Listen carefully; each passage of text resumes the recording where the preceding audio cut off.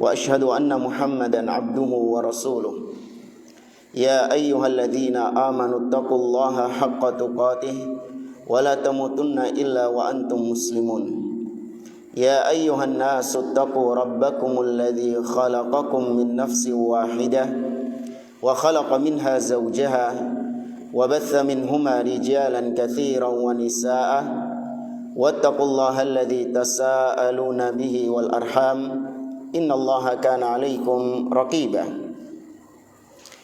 يا أيها الذين آمنوا اتقوا الله وقولوا قولا سديدا يصلح لكم أعمالكم ويغفر لكم ذنوبكم ومن يطع الله ورسوله فقد فاز فوزا عظيما أما بعد فإن أصدق الحديث كتاب الله وخير الهدي هدي محمد صلى الله عليه وسلم وشر الأمور محدثاتها وكل محدثة بدعة وكل بدعة ضلالة وكل ضلالة في النار.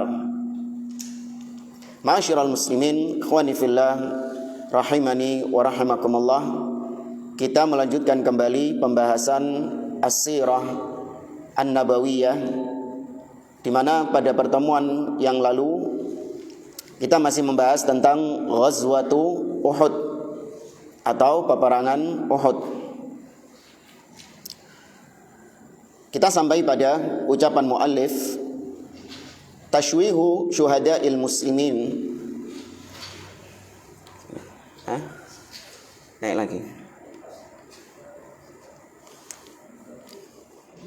Baik, kata beliau, falamma ra'al musyrikuna annahum lan yasilu ila Rasul sallallahu alaihi wasallam wa ila sahabah atharu al-insihaba wa lam yakunu ya'rifu ma masiru Rasuli sallallahu alaihi wasallam hal qutila am la.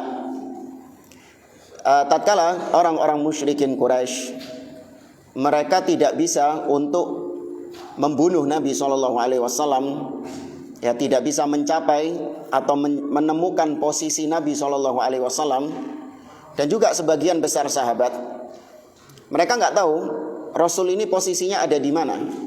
Apakah dia sudah terbunuh atau dia belum terbunuh? Ini orang-orang Quraisy enggak tahu. Fa akhadhu yatahayyauna ila lirruju'i ila Makkah. Maka karena keputusasaan inilah mereka akhirnya bersiap-siap, ya sudah, kita tinggalkan Uhud menuju ke Makkah. Ya, mereka bersiap-siap untuk pulang. Wa akhadha ba'dhum minar rijali wan nisa yumathiluna biqatlal muslimin. Nah, ini yang jadi masalah. Sebelum mereka kembali ke kota Mekah, maka orang-orang musyrikin ini mencincang-cincang atau melukai jasad-jasad syuhada Uhud. Ya, dilukai, dicincang-cincang, ya pokoknya ini, kata beliau, yuqatti'una al-adhan. Mereka iris telinga-telinga para syuhada Uhud, wal unuf, ya, hidungnya diiris, wal furuj, ya, mohon maaf, kemaluannya, wa yabqaruna al butuna, dan mereka juga membelah perut para syuhada Uhud itu. Wa baqarat Hindu bintu Utbah an kabidi Hamzah radhiyallahu anhu falakatha falam tastati' an tusighaha fa alqatha. Ini riwayat juga diperselisihkan oleh para ulama, yaitu tentang kisah Hindun bintu Utbah, istrinya siapa? Abu Sufyan, yang ketika itu masih musyrik. Dia datangi jenazahnya Hamzah yang sudah terbunuh, kemudian dia ambil hatinya. Ya, dia ambil hatinya Hamzah, kemudian dimakan sama dia.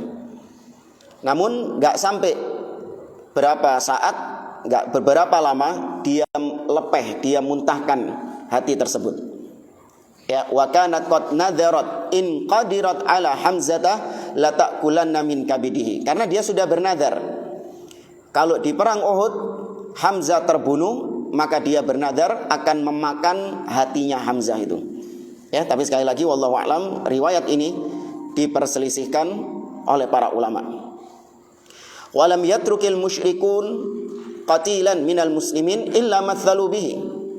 Orang-orang kafir Quraisy mereka sama sekali tidak meninggalkan ada jenazah kaum muslimin, jenazah sahabat, kecuali pasti mereka lukai, pasti mereka cincang-cincang, atau mereka ya tadi seperti yang disebutkan tadi, dipotong-potong. Illa, kecuali Hanzalah ibna Abi Amir ghasilal malaikah, kecuali jenazahnya Hanzalah. Yang disebut, yang sudah kita ceritakan, Hanzalah ini meninggalnya dimandikan oleh para malaikat. Ya, karena dia keluar ke perang Uhud dalam kondisi junub, ya belum mandi. Nah, ketika terbunuh, maka kata Nabi SAW, para malaikat memandikan jenazah Hanzalah. Nah, cuman jenazah Hanzalah ini yang nggak dipeceli, nggak dicincang-cincang sama orang-orang musyrik. Kenapa? Ada yang tahu? Karena bapaknya dia adalah tokoh musyrik, yaitu Abu Amir Al-Fasik. Ya, kata beliau, faturika bisababi walidihi al-fasik kana ma'al musyrikin.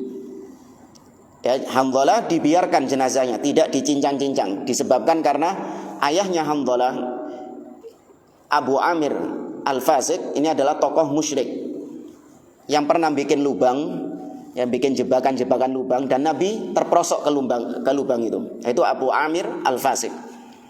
Wa mimman muthila bihi yauma idzin Abdullah ibnu Amr ibn Haram walidu Jabir radhiyallahu anhuma fajada'u anfahu wa udhunahu. Dan di antara yang dicincang-cincang sama kaum musyrikin Quraisy yaitu bapaknya Jabir bin Abdullah, ya, yang bernama Abdullah ibn Haram. Itu juga dicincang atau dipotong telinganya, dipotong hidungnya.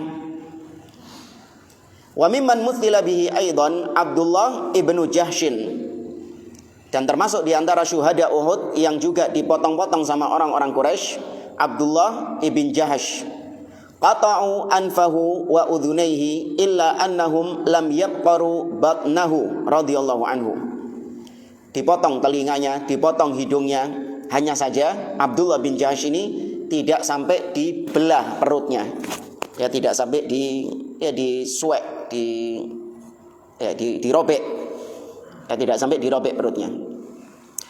Tapi itu yang berkaitan dengan perbuatan orang-orang kafir Quraisy yang mencincang-cincang jenazah syuhada Uhud. Nah, kita beralih ke kisah berikutnya, Syamatatu Abi Sufyan ba'da nihayatil ma'rakah. Tentang celaan, ejekan, ngenyek, ya, ejekannya Abu Sufyan kepada kaum muslimin setelah berakhirnya perang Uhud. Falamma aradal musyrikun al-insiraf ashrafa Abu Sufyan 'alal jabal fanadal muslimin afil qaumi Muhammadun. Ketika mereka sudah mau pulang ke kota Mekah, sudah selesai ini, orang-orang kafir Quraisy sudah mau pulang, beranjak pulang ke kota Mekah, maka Abu Sufyan ya tiba-tiba menghampiri para sahabat-sahabat yang ada di atas gunung. Itu didekati sama Abu Sufyan dengan beberapa kaum musyrikin yang lain, didekati di sana. Kemudian Abu Sufyan berteriak kepada kaum muslimin, para sahabat yang ada di atas gunung itu. Abu Sufyan mengatakan, afikum Muhammadun. Apakah di sana ada Muhammad? Apakah di antara kalian ada Muhammad? Thalatha marrat. 3 kali bertanya Abu Sufyan ini. Faqala Rasulullah sallallahu alaihi wasallam la tujibuhu. Maka ketika itu Nabi sallallahu alaihi wasallam mengatakan kepada para sahabatnya, jangan dijawab. Ya, jarno wae, ojo direken. Ya, biarin, jangan dijawab. Tsumma qala, kemudian Abu Sufyan bertanya lagi, afil qaumi ibnu Abi Quhafah? Apakah di antara kalian ada Ibnu Abi Quhafah? Siapa Ibnu Abi Quhafah? Abu Bakar. Ya, nama lengkap beliau Abdullah bin Abi Quhafah. Apakah di antara kalian ada Abu Bakar As-Siddiq? 3 kali ditanya sama Abu Sufyan. Faqala Rasulullah sallallahu alaihi wasallam la tujibu, jangan dijawab, biarkan dia. Tsumma qala, kemudian Abu Sufyan bertanya lagi, afil qaumi Ibnul Khattab? Apakah di antara kalian ada Umar Ibnul Khattab? 3 kali ditanya sama Abu Sufyan, lagi-lagi Nabi mengatakan la tujibu. Ya, jangan dihiraukan mereka atau jangan dihiraukan dia. Ini menunjukkan, kata para ulama, tentang keutamaan Abu Bakar dan Umar. Sampai-sampai Abu Sufyan tidak mencari sahabat lain. Yang dicari sama Abu Sufyan cuma 2 orang ini, Abu Bakar dan Umar. Ini menunjukkan kedudukan mereka di sisi Nabi SAW. Apalagi Ali bin Abi Thalib meriwayatkan bahwa Nabi itu sering bercerita, ya, dakhaltu ana wa Abu Bakrin wa Umar. Aku pernah masuk bersama Abu Bakar dan Umar. Kuntu ma'a Abi Bakrin wa Umar. Aku pernah bersama Abu Bakar dan Umar. Artinya Nabi itu kalau cerita-cerita sama sahabat-sahabat yang lain, selalu ceritanya itu adalah kebanyakannya aku bersama Abu Bakar dan Umar. Aku bersama Abu Bakar dan Umar. Ya, maka di sini menunjukkan bahwa persahabatan Nabi dengan Abu Bakar itu adalah persahabatan yang paling tinggi. Ya, persahabatan yang paling tinggi. Pernah kita sampaikan bahwa kata-kata sahabat itu ada 3 modelnya. Ya, kata-kata sahabah ada 3 pengertiannya. Yang pertama, sahabat secara istilah syar'i. Ya, sahabat secara istilah syar'i.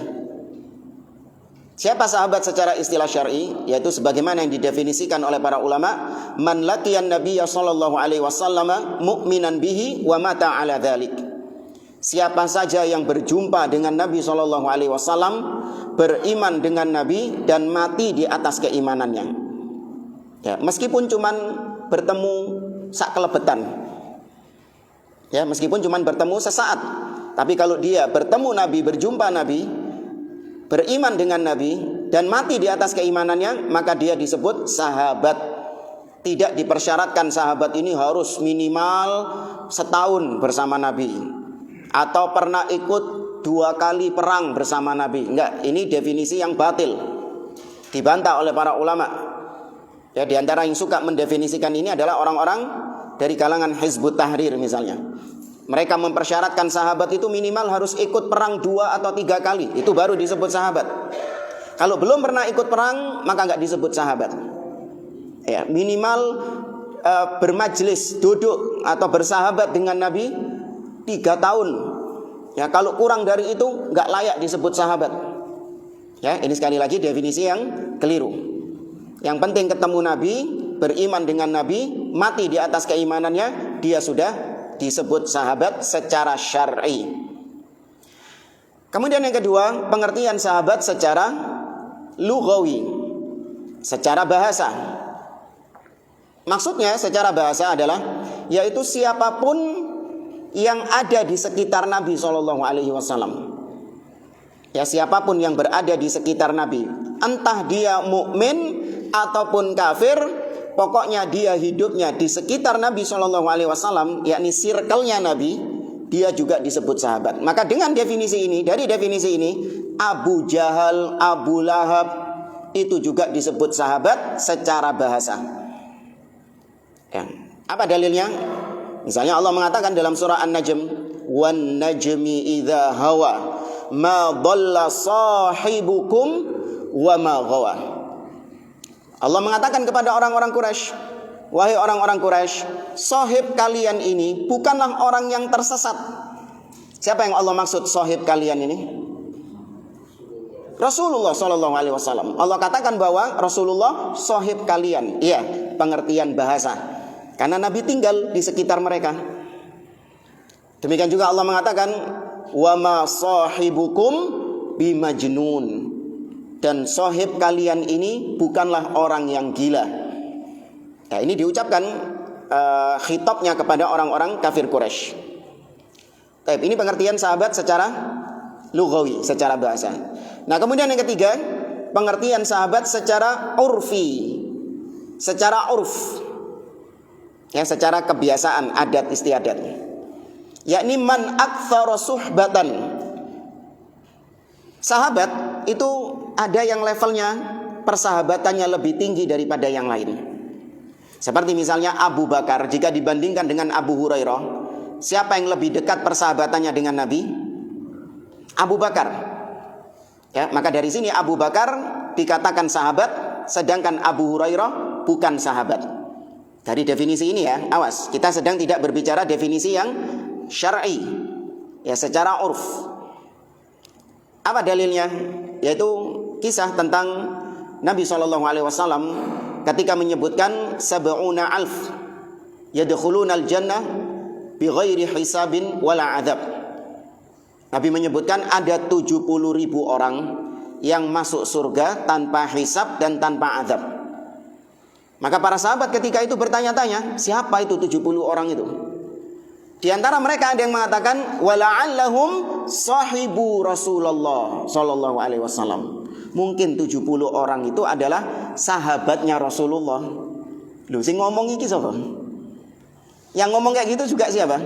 Sahabat juga.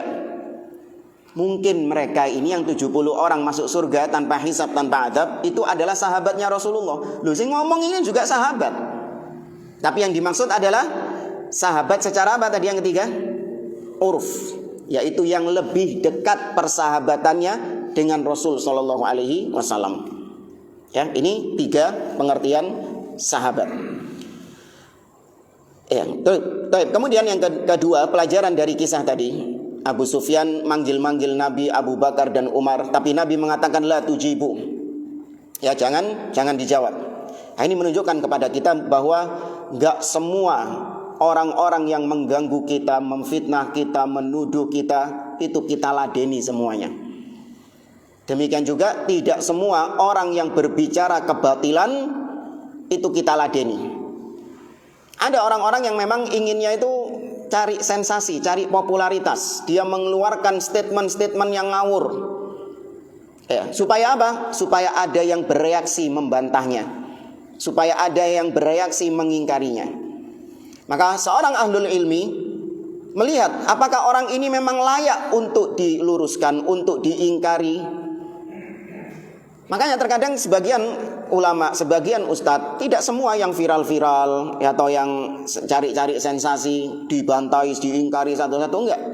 Karena membantah mereka, mengingkari mereka justru akan semakin apa? Semakin mempopulerkan mereka. Diamkan saja. Dia mau bikin statement, bikin pernyataan seperti apa, biarkan saja. Nanti lama-lama tenggelam sendiri. Kalau kau ladeni, semakin apa? Semakin viral, semakin trending. Itu memang itu yang dicari sama dia. Ya, maka hati-hati dalam bermedsos misalnya. Ya, ada orang-orang yang memang bikin sensasi-sensasi, bikin pernyataan-pernyataan kontroversial. Nggak usah diladeni. Ya, nggak usah di-share, nggak usah ditanggapi, biarkan saja. Ya, nanti para ulama kalau memang memandang bahwasanya perlu untuk ditanggapi karena memang sudah kadung viral, sudah kadung banyak yang terkena syubhatnya, nah baru para ulama mengingkarinya. Ya, tapi kalau enggak, biarkan. Qul mutu bi ghaidhikum, matilah engkau dengan kemurkaanmu sendiri. Ya, marah loh itu dia itu. Kok kau nak sing ngereken ya? Ya kan, sudah bikin kontroversi tapi kok enggak ada yang respon ini. Enggak ada yang mengingkari ini. Mangkel deh. Ya, ini sebagaimana Nabi memerintahkan sahabat tidak ngeladeni Abu Sufyan. Karena kalau diladeni maka akan ada mudarat. Ya, akan timbul mudarat yang lebih besar. Al-Imam Syafi'i rahimahullah pernah mengatakan, "Idza nataqas safi fala tujibhu. Fa khairun min istijabatihi as-sukut." Kata Imam Syafi'i, apabila ada orang dungu, orang bodoh berbicara, fala tujibhu, maka jangan dijawab. Ya, fa khairun min istijabati, sebaik-baik jawaban atas pernyataan orang bodoh adalah sekut. Ya, itu sebaik-baik jawaban atas ucapannya orang-orang yang bodoh. Ya. Kembali ke kisah ini. Thumma raja'a Abu Sufyan ila ashabi faqal amma haula faqad qutilu falau kanu ahya'an la ajabu falam yamlik Umar nafsahu. Ketika Abu Sufyan ini sudah manggil 3 kali nggak direken, nggak ada yang jawab. Manggil Rasulullah nggak dijawab, manggil Abu Bakar nggak dijawab, manggil Umar nggak dijawab. Akhirnya mudun deh, turun dia kembali kepada teman-temannya, sohib-sohibnya. Kata dia, adapun Muhammad, Abu Bakar, Umar, ya, mereka sudah tewas. Seandainya mereka masih hidup, tentu mereka akan menjawab panggilanku tadi. Ya, seandainya mereka masih hidup, tentu tadi tak panggil-panggil tadi mereka pasti jawab. Ini karena mereka nggak jawab berarti sudah mati mereka ini. Kata Abu Sufyan kepada temannya. Maka Umar ketika mendengar pernyataan tersebut, ya Umar nggak terima. Umar nggak bisa menahan dirinya. Umar mengatakan, "Kadzabta ya adu wallah." Ya, engkau berdusta wahai musuh Allah. Abqallahu alaika ma yukhzik.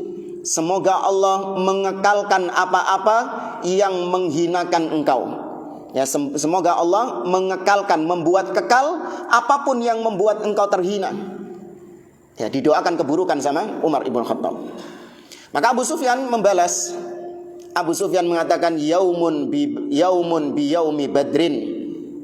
Ya, hari ini adalah pembalasan atas perang Badar yang terdahulu. Perang Badar dulu mereka apa? Kalah. Maka sini perang Uhud adalah pembalasan atas perang Badar kemarin. Wal ayyamu dualun. Ya, hari itu berputar. Kalau dulu kalian menang, sekarang kami yang menang. Wal harbu sijalun. Demikianlah peperangan. Ya, kadang ada yang menang dan kadang ada yang kalah. Maksudnya ya sudah, terima saja wahai Umar. Ini pembalasan kami atas perang Badar kemarin. Terima saja, masa mau menang terus. Ini sudah namanya perang, namanya pertandingan. Ada yang menang dan ada yang kalah. Ya, gantian. Faqala lahu Umar, maka Umar bin Khattab membalasnya. La sawa. Oh, enggak sama. Ya, antara kami dengan kalian hari di perang Uhud ini tidak sama. Qatlana fil jannah wa qatlakum finnar. Yang terbunuh di barisan kami dijanjikan surga, sedangkan yang terbunuh di barisan kalian diancam dengan ancaman neraka. Ya, nggak sama, jangan disamakan. Maksudnya Abu Sufyan, wes yo pas yo, imbang satu-satu. Ya, dulu perang Badar kalian menang, sekarang perang Uhud kita yang menang, satu-satu, draw, remis. Enggak. Ya, beda. Yang tewas di antara kalian masuk neraka, sedangkan yang gugur di antara kami masuk surga.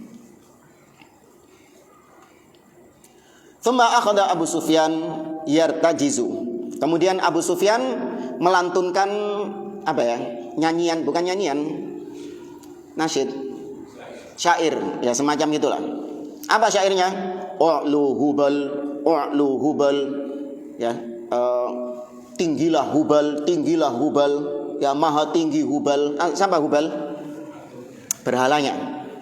Ya, berhalanya. Faqala Rasul sallallahu alaihi wasallam. Nah, di sini Rasul baru bereaksi. Nabi mengatakan, "Ala tujibunahu?" Loh, kenapa kalian enggak menjawab seruan-seruan mereka itu? Mereka sedang meninggikan berhala-berhala mereka. Kenapa kalian diem tok? Qalu ma naqul, kata para sahabat, terus apa yang kami ucapkan ya Rasulullah? Ucapan apa yang kami balas atas pernyataan mereka yang meninggi-ninggikan berhala-berhala mereka itu? Qulu Allahu a'la wa ajal. Katakan kepada mereka, Allah lebih tinggi dan Allah lebih mulia. Ya, balas. Di sini Nabi SAW memang karakter beliau ya. Beliau itu enggak tenang ketika ada kesyirikan yang tersebar. Sebagaimana diriwayatkan, Nabi enggak tenang ketika ada berhala di Yaman yang disebut dengan Dzul Khalasah. Enggak tenang hatinya Nabi, galau. Kalau ada kesyirikan di atas muka bumi ini, ada praktek-praktek kesyirikan, hatinya Nabi nggak tenang. Nih, hati orang yang bertauhid tidak akan tenang ketika ada terjadi kesyirikan di sekitarnya. Ya, ini hatinya orang yang maka masing-masing di antara kita ngetes diri kita. Kalau kita enjoy saja sama kesyirikan, hati kita tenang dengan kesyirikan, nggak ada sesak hati kita tatkala terjadi kesyirikan, maka berarti tauhid kita lemah. Ya, seandainya tauhid kita kuat, tentu kita sedih ketika melihat kesyirikan. Ketika kita mendengar ada kesyirikan terjadi di sekitar kita, berusaha untuk kita ingkari kesyirikan tersebut. Ya, sebagaimana Nabi ketika Abu Sufyan meninggi-ninggikan, memuji-muji berhalanya, Nabi memerintahkan sahabat untuk tidak tinggal diam. Jawab mereka, Allahu a'la wa ajal. Allah lebih tinggi dan lebih mulia. Kemudian di sini juga dalil tentang sifat apa yang ditetapkan di sini bagi Allah. Sifat apa yang ditetapkan di sini? Tinggi. Ya, ini diantara sifat yang menjadi pembeda antara ahlu sunnah dengan ahli bid'ah. Ahlu sunnah menetapkan Allah berada tinggi di atas. Ya, beda dengan ahli bid'ah, mereka mengatakan Allah tidak di atas, tidak di bawah, tidak di kanan, tidak di kiri. Ada yang mengatakan Allah di mana-mana. Ya, Allah bersatu dengan hamba-hambanya, manunggaling kawula Gusti. Ya, adapun ahlu sunnah enggak, Allah berada tinggi di atas. Dalil-dalil yang menunjukkan Allah di atas, kata Imam Ibnul Qayyim dalam qasidah nuniyahnya, itu hampir mencapai 2000 dalil yang menunjukkan Allah di atas. Ya, di antara dalilnya Allah memiliki nama Al-Ali, seperti dalam akhir ayat kursi, wa huwa Al-Aliyul Azim. Ya, Ali artinya maha tinggi. Allah juga punya nama Al-A'la, sabbihisma rabbikal a'la, maha tinggi. Ya, kemudian Allah sendiri menegaskan bahwasanya Dia tinggi di atas dalam banyak ayatnya. Aamintum man fis sama ay yakhsifa bikumul arda fa idza hiya tamur. Am amintum man fis sama ay yursila alaikum hasiba. Ya, apakah kalian merasa aman dari yang di atas langit? Siapa yang di atas langit? Allah yang dimaksud. Allah juga menegaskan Ar-Rahman 'alal arsyistawa. Ya huwa alladzi khalaqas samawati wal arda fi sittati ayyam tsumma stawa 'alal arsy. Dalam 7 ayat di dalam Al-Qur'an Allah berada tinggi di atas arsy-Nya. Kemudian juga Allah mengangkat Nabi Isa ke sisinya. Ya, Nabi Isa diangkat menuju Allah Subhanahu wa taala. Bal rafa'ahu Allahu ilaihi. Kata Allah dalam surah An-Nisa, "Wa ma qataluhu wa ma salabuhu walakin syubbiha lahum." Mereka tidak membunuh Nabi Isa, mereka tidak menyalib Nabi Isa, akan tetapi seseorang yang diserupakan dengan Nabi Isa. Di mana Nabi Isa? Bal rafa'ahu Allahu ilaihi. Nabi Isa diangkat menuju Allah. Namanya diangkat dari mana ke mana? Dari atas ke bawah. Dari bawah ke atas. Demikian juga di antara dalil Allah di atas, yaitu Allah menurunkan Al-Quran. Syahrul Ramadan alladzi unzila fihil Quran, inna anzalnahu fi lailatul qadar. Allah turunkan Al-Quran. Kalau Al-Quran itu dari Allah dan Al-Quran itu diturunkan, maka namanya turun dari mana ke mana? Ya, dari atas ke bawah. Ya, semua bahasa namanya turun dari atas ke bawah. Kecuali bahasa Madura ya. Kalau toron lain ini. Lain sendiri kalau itu. Pengecualian bahasa Madura. Baik, maka dari kisah ini ditetapkan Allah berada tinggi di atas. Faqala Umar Allahu a'la wa ajal. Maka Umar pun juga mengatakan kepada orang-orang kafir Quraisy, Allah lebih tinggi dan Allah lebih mulia. Qala Abu Sufyan kembali menyenandungkan syairnya. Dia mengatakan lanal uzza wala uzza lakum. Kami punya Uzza dan kalian tidak memiliki Uzza. Tidak ada Uzza kepada kalian. Ya, tidak ada Uzza bagi kalian. Faqala Rasul sallallahu alaihi wasallam, lagi-lagi Nabi mengatakan ala tujibunahu. Tidakkah kalian menjawab Abu Sufyan itu? Qalu wa ma naqul. Mereka mengatakan kita jawab dengan apa ya Rasulullah? Maka Nabi mengatakan qulu Allahu maulana wala maula lakum. Allah adalah pelindung kami dan tidak ada pelindung atas kalian. Faqala Umar, maka Umar bin Khattab mengucapkan Allahu maulana wala maula lakum. Allah pelindung kami dan tidak ada pelindung atas kalian. Ya, ini kisah Abu Sufyan apa istilahnya? Ngejek. Ya, mengejek-ngejek Nabi dan para sahabatnya. Tapi kita lanjut ke kisah berikutnya. Muwa'adatut talaqi fi Badrin. Sebelum berpisah dua pasukan ini, maka mereka ini ada semacam janjian untuk berjumpa lagi di Badr. Ya, babak ketiga. Untuk berjumpa lagi di Badr. Walamman sarafa Abu Sufyan wa man ma'ahu nada fil muslimin. Ketika Abu Sufyan sudah mau pergi dan kawan-kawannya, maka Abu Sufyan kembali berteriak kepada para sahabat. Dia mengatakan, inna mau'idakum badrun ala ra'sil haul. Sesungguhnya tempat kalian yang dijanjikan adalah di Badar nanti tahun depan. Ya, nanti permulaan tahun depan. Ya, tempat kalian nanti di Badar, kita ketemu lagi. Haitsu qataltum ashabana, yaitu tempat di mana dahulu kalian membunuh kawan-kawan kita, ya, di perang Badar yang sebelumnya. Faqala Rasulullah sallallahu alaihi wasallam li Umar ibn al-Khattab radhiyallahu anhu, maka Nabi berkata kepada Umar ibn al-Khattab, qul na'am insyaallah. Wahai Umar, katakan kepada dia, na'am insyaallah. Iya, insyaallah. Huwa bainana wa bainaka mau'idun. Antara kami dengan kalian ada mau'id, ada perjanjian ini. Tahun depan ketemu di Badar. Faftaraqan nas ala dzalik. Maka berpisahlah manusia-manusia ketika itu.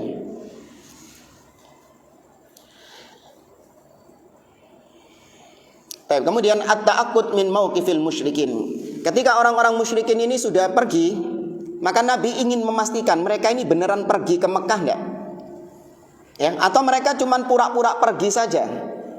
Ya, tapi nanti akhirnya ketika kaum muslimin turun dari gunung terus diserang lagi, gitu loh. Atau justru mereka mengarahkan tujuannya ke Madinah. Yang diserang sama mereka adalah Madinahnya. Maka Nabi ingin memastikan ki mulai temenan tak kai. Falamma dhahabal musyrikun ba'atha Rasulullah sallallahu alaihi wasallam Ali ibn Abi Thalib radhiyallahu anhu. Ketika kaum musyrikin pergi, maka Nabi memerintahkan Ali bin Abi Thalib untuk mengikuti mereka. Nabi mengatakan, "Ukhruj fi atharil qaum." Wahai Ali, pergilah engkau mengikuti jejak mereka di belakang. Fandur mada yasnaun wa mada yuridun. Kau perhatikan apa yang diperbuat sama mereka dan kemana mereka hendak pergi. Fa in kanu qad janabu al khayla wam tatau al ibila fa innahum yuriduna Makkah. Kalau mereka menunggangi unta-unta, ya, kalau mereka menunggangi unta-untanya dan mereka tidak menunggangi kuda-kudanya, kan ada kuda, ada unta. Kalau mereka naik unta, ya, sedangkan kuda-kudanya dituntun sama mereka, berarti mereka ke Mekah. Ya, tapi sebaliknya, wa in raqibu al khayla wasaku al ibil fa innahum yuridunal Madinah. Tapi kalau mereka ternyata menunggangi kudanya dan untanya dibiarkan atau diikatkan, diparkir istilahnya, ya, maka berarti yang sedang mereka tuju adalah Madinah. Ya, ini cerdasnya Nabi SAW. Kalau mereka naik unta berarti ke Mekah. Tapi kalau mereka naik kuda berarti mereka ke Madinah. Nabi sudah bisa membaca itu. Walladzi nafsi biyadi la in araduha la asiranna ilaihim fiha thumma la unajizannahun. Ya, kata beliau, kalau demi Allah, seandainya mereka menuju ke Madinah, kita akan beranjak menuju Madinah juga dan kita perangi mereka. Ya, kita perangi mereka kembali. Karena di Madinah ada sebagian sahabat-sahabat, wanita-wanita, ya, anak-anak yang tidak ikut perang. Qala Aliun radhiyallahu anhu, maka Ali menceritakan, fa kharajtu fi atharihim anzuru madza yasnaun fajannabul khayl wamtatawul ibil wa wajjahu ila Makkah. Ternyata kata Ali bin Abi Thalib, aku melihat mereka menunggangi unta-unta mereka dan mereka menuju ke arah Mekah. Ya, pulang ke arah Mekah. Maka Ali pun kembali dan mengabarkan ini kepada Nabi SAW. Kisah berikutnya, tafaqqudul muslimin qatlahum wa jarhahum. Mulailah Nabi SAW mencari sahabat-sahabat yang gugur di perang Uhud. Ya, mulai dicari-cari, kemudian dirawat dan diurusi, ya, jenazah-jenazah sahabat-sahabat yang gugur di perang Uhud. Walamman sarafat Quraisyun ila Makkah tabat anfusul muslimin lidhahabihim. Ketika kaum musyrikin sudah pulang, maka betapa leganya hati kaum muslimin dengan kepulangan mereka. Wantasharu yatafaqqaduna qatlahum wa jarhahum. Mereka mulai mencari-cari sahabat-sahabat mereka yang tewas, yang gugur, atau sahabat-sahabat mereka yang terluka. Mulai mereka bertebaran. Fakana min bainil jarha Sa'ad ibn Rabi' wa mata min sa'atihi. Dan di antara orang-orang yang ditemukan adalah Sa'ad ibn Rabi'. Ya, dan beliau pun mati ketika ditemukan oleh para sahabat. Wa wujida min bainil jurha al-Usairim falam yalbath an mat. Demikian juga yang ditemukan oleh para sahabat di antara orang-orang yang terluka adalah al-Usairim. Masih ingat al-Usairim? Ini spesial orang ini. Ya, al-Usairim pernah kita kisahkan, Sa'ad bin Rabi' juga kita kisahkan. Al-Usairim adalah seorang yang pagi harinya dia masuk Islam, langsung join perang Uhud dan langsung meninggal di perang Uhud. Ya, belum pernah sekalipun beribadah kepada Allah, tapi dia langsung meninggal di hari, dapat hidayah, langsung ikut perang, langsung meninggal di tempat itu. Ya, Al-Usairim radhiyallahu anhu. Wa min bainil qatla Abdullah ibnu Jahash wa Abdullah ibnu Amr ibn Haram walidu Jabir radhiyallahu anhuma. Ini juga sudah kita kisahkan. Di antara yang terbunuh adalah Abdullah bin Jahash, ya, Abdullah bin Amr ibn Haram, ayahnya Jabir bin Abdullah. Kemudian Abdullah bin Jamuh, Mus'ab bin Umair. Ya, ini diantara para sahabat-sahabat yang meninggal di perang Uhud. Ar-Rasul sallallahu alaihi wasallam yabhathu an ammihi Hamzah. Nabi mencari pamannya Hamzah. Wa dhaba Rasulullah sallallahu alaihi wasallam yaltamisu ammahu Hamzah radhiyallahu an fara'ahu wa qad muthila bihi wa judi'a anfuhu wa udhunahu. Maka Nabi pun mencari-cari Hamzah. Namun ketika beliau mendapati Hamzah sudah terbunuh, Nabi dapati Hamzah dicincang-cincang, dipotong-potong tubuhnya, hidungnya terbelah dan telinganya juga terbelah. Faqala sallallahu alaihi wasallam, maka Nabi mengatakan, laula an tajza'a Safiyya la taraktuhu hatta yahsyurahu Allahu azza wa jalla min butuni thair was-siba. Seandainya aku enggak khawatir Safiyah sedih. Tahu Safiyah siapa? Bukan istri Nabi. Belum sih durung rabi ambek Safiyah sih Nabi. Safiyah siapa di sini? Bibinya Nabi. Ya, bibinya Nabi, di antara bibinya Nabi, bibi dari ayah ya. Berarti saudarinya Hamzah. 6 ibunya Az-Zubair ibnul Awam. Ya. Jadi Nabi sama Az-Zubair ini sepupu. Ya. Nabi bapaknya Abdullah, Az-Zubair ibunya Safiyah. Safiyah sama Abdullah ini bersaudara. Ya. Tapi kata Nabi, seandainya aku enggak khawatir Safiyah ini sedih karena kematian Hamzah ini, maka Hamzah aku biarkan sehingga kelak dia akan dibangkitkan oleh Allah dari perut burung-burung dan hewan buas yang memakan bangkainya ini.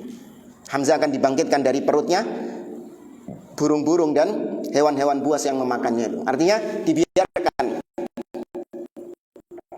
Ya, tapi karena khawatir Safiyah semakin sedih, maka Nabi enggak melakukan itu. Dikubur Hamzah ini nanti. Wa ja'at Safiyah radhiyallahu anha turidu an tanzura ila akhiha Hamzah radhiyallahu an. Fa amara Rasulullah sallallahu alaihi wasallam ibnaha Az-Zubair radhiyallahu anhu an yasrifaha. Teko temenan, datang beneran ini Safiyah. Dia ingin mencari saudaranya Hamzah itu. Maka ketika melihat dari kejauhan, Nabi memerintahkan Az-Zubair untuk mencegahnya. Karena kalau tahu kondisinya Hamzah seperti ini, sedih dia. Ya, maka dia nyuruh anaknya Az-Zubair untuk menghalau, jangan sampai mendekat ke sini. Faqad akhrajal Hakim an Ibni Abbas radhiyallahu anhu maqal lamma qutila Hamzah radhiyallahu an aqbalat Safiyatu tatlubuhu la tadri ma sana falaqiyat Aliyan wa Zubair radhiyallahu anhuma faqala Aliyun liz-Zubair. Ketika Safiyah datang, dia ingin mencari siapa, atau dia ingin mencari Hamzah, dan dia nggak tahu posisi Hamzah di mana. Terus ini tanya ke siapa Hamzah di mana, dia nggak tahu apa yang akan dia perbuat di situ. Maka dia bertemu dengan Ali bin Abi Thalib dan Az-Zubair. Maka Ali berkata kepada Az-Zubair. Ali dan Zubair sepupuan kan? Ya, Ali berkata kepada Zubair, "Udhkur li ummik." Wahai Zubair, ceritakan kepada ibumu apa yang terjadi kepada Hamzah. Ya, ngomong wis. Zubair mengatakan, "La udhkur anta li ammatika." Jangan saya, inti ya wahai Ali, ceritakan kepada amatimu ini, ya, kepada bibimu ini. Qalat ma fa'ala Hamzah. Maka Sofia bertanya, apa yang menimpa Hamzah? Bagaimana kondisi Hamzah? Fa'arayaha annahuma la yadriyani faja'atin Nabi sallallahu alaihi wasallam faqala sallallahu alaihi wasallam. Maka Ali dan Az-Zubair tidak memberitahukan kepada Sofia tentang apa yang terjadi pada Hamzah ini. Datanglah Sofia kepada Nabi sallallahu alaihi wasallam, maka Nabi mengatakan, "Inni akhafu ala aqliha." Ya, aku khawatir peristiwa ini akan mengganggu akalmu. Ya, karena wanita seperti itu, sedih, yang akan mengganggu pikiranmu. Fa wada'a yadahu ala sadriha wa da'a. Namun Nabi SAW meletakkan tangannya ke dada bibinya dan mendoakan. Ya, kemudian Sofia fastarja'at wa bakat. Dia mengucapkan innalillahi wa inna ilaihi raji'un dan menangis. Ya, menangis dari Hamzah bin Abdul Muttalib. Apa hukumnya menangis kepada orang yang meninggal? Nabi SAW mengatakan, innal mayyit la yu'adzab li bukai ahlihi. Sesungguhnya jenazah itu disiksa karena tangisan keluarganya. Apakah boleh menangisi jenazah? Ini kok nggak dilarang sama Nabi? Memang khilaf di antara para ulama tentang maksud hadits tadi. Karena Allah mengatakan wala taziru waziratun wizra ukhra. Seorang tidak akan mendapatkan dosa dari orang lain. Artinya ini ada jenazah, dia ditangisi sama keluarganya. Loh, sing nangis iki sapa? Keluarganya apa dia? Keluarganya. Lah kok dia ikut dosa juga? Dia ikut diazab juga. Ya, dia tidak akan menanggung dosa orang lain. Maka maksud dari hadis Nabi bahwasanya seorang akan diazab gara-gara tangisan keluarganya itu dipersyaratkan apabila orang tersebut, ya jenazah si mayit ini, dia mewasiatkan keluarganya untuk menangisinya. Ya, diwasiatkan sama dia kepada keluarganya. Pun aku mati tangisono yo. Ya, yang heboh nangisnya. Misalnya kayak gitu. Disuruh ngeratapi. Nah, yang seperti ini baru dia mendapatkan azab. Atau misalnya dia tidak memperingatkan keluarganya supaya tidak meratapi. Ya, dia tidak memperingatkan keluarganya. Harusnya keluarganya diperingatkan. Nanti kalau bapak mati, kalau bapak meninggal, jangan ada yang meratapi saya, jangan ada yang berlebihan dalam menangis seakan-akan menolak takdir Allah Subhanahu wa taala. Sudah dikasih tahu. Lah kok ternyata setelah matinya keluarganya meratapi. Dosa enggak mayitnya? Enggak. Karena sudah diperingatkan. Ya. Tapi kalau tidak diperingatkan, ini dikhawatirkan dia kena dosa itu. Kita dengarkan komandan azan insyaallah.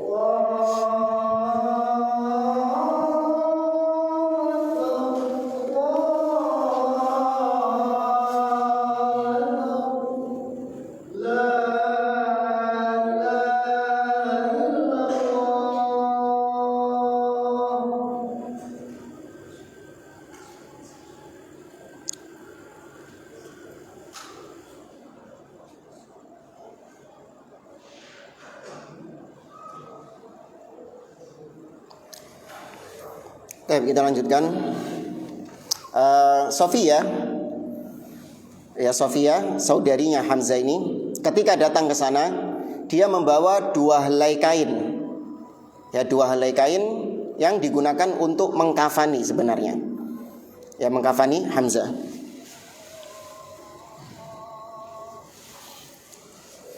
Namun dia mengatakan hadzani tsaubani ji'tu bihima li akhi Hamzah. 2 kain ini aku bawa untuk Hamzah saudaraku. Faqad balaghani maqtaluhu. Sungguh berita tentang kematiannya sudah aku dengar sebelumnya. Aku sudah mendengar berita kematiannya. Fakaffinuhu fihima, maka kafankan Hamzah dengan 2 lembar kain ini. Qala Zubair radhiyallahu an, maka Zubair mengatakan fa idza ila janbi Hamzah rajulun minal ansar qutila qad fu'ila bihi kama fu'ila bi Hamzah fawajadna ghadadatan wa hayaan an yukaffana Hamzah fi thawbaini wal ansari la kafana lahu. Kata Zubair, ketika kita mau mengkafani Hamzah ini, maka kita dapati di samping Hamzah ada seorang ansor yang juga sama nasibnya seperti Hamzah, dicincang-cincang, ya, dipotong-potong jenazahnya. Maka sungguh malu kami, gak enak kalau Hamzah kami tutup jenazahnya dengan kafan, sedangkan orang Ansor ini tidak kami tutup dengan kafan. Hamzah 2 lembar kafan, orang Ansor ini tidak ada kafannya sama sekali. Ya, maka haya, malu kami. Akhirnya faqulna li Hamzata thawbun walil ansari thawbun. Maka bagi Hamzah 1 helai kain dan bagi Ansor 1 helai kain itu. Ya, dibagi 2. Kemudian kisah berikutnya, ghadabus sahabah radhiyallahu anhum bisababi tamthili bi ikhwanihim. Ini para sahabat yang ngelihat jenazah-jenazah ini pada dipeceli, pada dimutilasi. Sahabat-sahabat yang masih hidup ini marah, murka sama kelakuannya orang-orang Quraisy ini. Ya, maka mereka berazam, bertekad kalau mereka punya kesempatan seperti orang Quraisy sekarang menang, maka mereka akan memperlakukan jenazahnya orang-orang Quraisy lebih daripada apa yang mereka lakukan sekarang. Paham maksudnya ya? Ya, diriwayatkan oleh Imam Ahmad dan yang lainnya dari Ubay bin Ka'ab, lamma kana yaumu Uhud qutila minal ansar arba'atun wasittuna rajulan. Ketika selesai perang Uhud, yang terbunuh dari kalangan Ansar ada sekitar 64 orang. Wa minal muhajirin sittatun, sedangkan dari muhajirin ada 6 orang. Minhum Hamzah famathalu bihi, di antaranya adalah Hamzah yang sudah dicincang-cincang sama mereka itu. Faqala ashabu Rasulillah sallallahu alaihi wasallam, maka para sahabat ketika itu mengatakan, la in kana lana yaumun mithlu hadza minal musyrikin la nurbiyanna alaihim. Ya, seandainya kita punya hari kemenangan sebagaimana orang musyrikin hari ini menang, Ya, seandainya kami menang sebagaimana seperti orang musyrikin menang, sungguh kami akan lebih parah memperlakukan mereka. Ya, apa mungkin lebih parah dari dimutilasi, diapakan? Dijus. Ya apa dijus? Ya wis dimutilasi tapi dipencar-pencarkan jenazahnya misalnya gitu. Ya enggak kejadian, ini kita bicara hiperbol aja. Falamma kana yaumul fath. Nah, ternyata punya kesempatan akhirnya ketika Fathu Mekah. Ya, Fathu Mekah. Qala rajulun la yu'raf la Quraisy ba'dal yaum. Ada seorang sahabat yang tidak disebutkan namanya. Dia mengatakan, "Wis gak ono Quraisy-Quraisan dino iki." Ini hawas sumpah sama orang-orang Quraisy ini. La Quraisy ba'dal yaum. Tidak ada lagi Quraisy setelah ini. Setelah hari ini. Fanada munadi Rasulillah sallallahu alaihi wasallam. Maka tiba-tiba ada utusan Rasul yang membawa berita kepada para sahabat yang ada di Mekah itu. Pembawa berita ini mengatakan, "Aminal aswad wal abyad illa fulanan wa fulanan nasan sammahum." Ternyata berita ini adalah tentang masuk Islamnya orang-orang Quraisy. Ya, telah masuk Islam fulan, fulan dan fulan, kecuali fulan dan fulan enggak masuk Islam.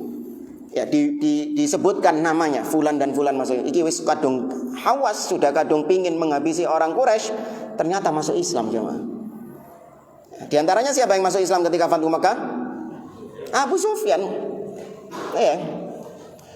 Fa'anzalallahu tabaraka wa ta'ala, maka Allah menurunkan firman-Nya di dalam surah An-Nahl, di akhir-akhir surah An-Nahl, wa in aqabtum fa'aqibu bimithli ma aqabtum bihi.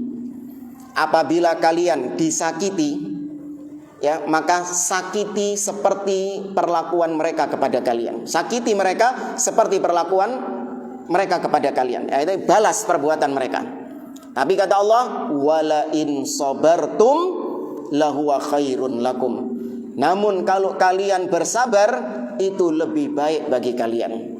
Turun ayat ini. Maka Nabi SAW kemudian memutuskan, nasbir wala nu'aqib. Ya, kita bersabar dan kita tidak membalas dendam. Ya, dan para sahabat setuju semuanya. Ya, padahal sudah di puncak apa istilahnya? Ya, puncak kemarahan mereka ini, ingin membalas perlakuan orang-orang musyrikin ketika di Uhud. Ya, dicincang-cincang seperti itu. Tapi ternyata Nabi mengatakan nasbir wala nu'aqib. Ya, kita bersabar dan tidak membalas.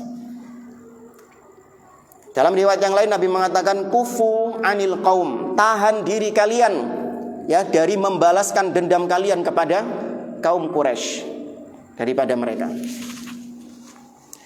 Taib khani fillah rahimani wa rahimakumullah. Pembahasan berikutnya kurang berapa menit? Cukup? 7 menit. Oh itu. Taib. Pembahasan berikutnya yaitu tentang para syuhada, bagaimana menguburkan mereka, kemudian apakah mereka dimandikan, apakah mereka disolati, ya, terus bagaimana prosesi penguburannya, apakah masing-masing jenazah satu liang lahat dan yang lainnya. Nabi SAW bersabda tentang para syuhada Uhud, "Asyhadu ala haula." Aku bersaksi atas mereka. "Ma min majruhin juriha fillah illa ba'athahu Allahu yaumal qiyamah." Aku bersaksi atas mereka, tidak ada luka yang didapatkan tatkala berperang di jalan Allah kecuali dia akan Allah bangkitkan pada hari kiamat. Wa jurhuhu yadma al-launu launud dam war-rihu rihul misk. Nanti Allah bangkitkan pada hari kiamat, lukanya itu masih ada. Merahnya, darahnya juga masih ada, darahnya warna merah. Namun baunya bau misik. Ya, baunya bau misik. Ya, setiap luka yang terluka di jalan Allah. Ya, bukan terluka karena nyosok di jalan, bukan. Atau terluka karena bukan, maksudnya fillah, ya terluka di jalan Allah Subhanahu wa taala. Tapi kemudian Nabi SAW memerintahkan para sahabat untuk memakamkan para syuhada dengan tidak melepaskan pakaian-pakaian mereka. Ya, Nabi memerintahkan atau melarang untuk melepaskan pakaian-pakaian para syuhada ini. Wala yughassalu, dan tidak, atau Nabi melarang untuk memandikannya. Ya, tidak dimandikan dan tidak dilepaskan pakaiannya. Tapi kalau ditutupi kafan boleh. Ya, tetap ditutupi kafan boleh. Jadi langsung ditutupi kafan. Ya, pakaian yang penuh darah itu langsung ditutup dengan kafan boleh. Kalaupun tidak, langsung dimakamkan juga boleh dengan pakaiannya itu. Ya, ditutup kafan hanya saja untuk menghilangkan pemandangan yang menyedihkan. Makanya ditutup kafan. Apalagi kan dimutilasi itu kan, gak enak ngelihatnya gitu loh. Ya, maka ditutup dengan kafan.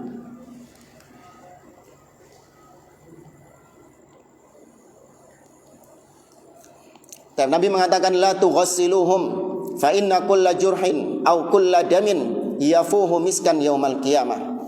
Kata Nabi, jangan memandikan mereka, karena setiap luka yang ada pada mereka, setiap darah yang ada pada mereka, itu akan mengeluarkan bau misik pada hari kiamat. Ini banyak disebutkan riwayat-riwayatnya. Nah, yang jadi masalah adalah apakah para syuhada Uhud itu disolatkan atau tidak? Ada khilaf di antara para ulama tentang hal ini. Karena ngelihat riwayatnya, ini kita ringkaskan, ngelihat riwayat-riwayat yang datang, tidak ada peristiwa Nabi dan para sahabat mensolati para syuhada Uhud. Tapi ada riwayat Nabi cuman mensolati Hamzah saja. Ya, Nabi cuman mensolati Hamzah saja. Maka wallahu a'lam, kalau dilihat dari tarjih menggabungkan dua hal ini, maka mukhayyar. Ya, hukumnya mensolati orang yang gugur di medan peperangan itu mukhayyar. Kalau mau disolati fadhol, tidak disolati pun juga tidak mengapa. Ya, tidak sebagaimana jenazah-jenazah yang lain, itu sangat ditekankan untuk disolati. Ya, tapi kalau orang yang syahid, maka mukhayyar, dia bisa memilih antara mensolatinya atau tidak mensolatinya. Hanya saja para ulama, kata beliau, sepakat, yang disepakati oleh para ulama bahwa seorang yang mati syahid itu tidak dimandikan. Itu yang disepakati oleh para ulama, tidak dimandikan jenazahnya dan dikubur bersama pakaian yang dia pakai untuk berperang itu. Wallahu a'lam bishawab. Pertemuan berikutnya ini masih ada tentang memakamkan. Ya, tentang memakamkan mereka. Tapi insyaallah kita lanjutkan pada pertemuan akan datang. Aku qouli hadza wa sallallahu ala nabiyyina Muhammad wa ala alihi wa sahbihi ajmain. Wassalamualaikum warahmatullahi wabarakatuh.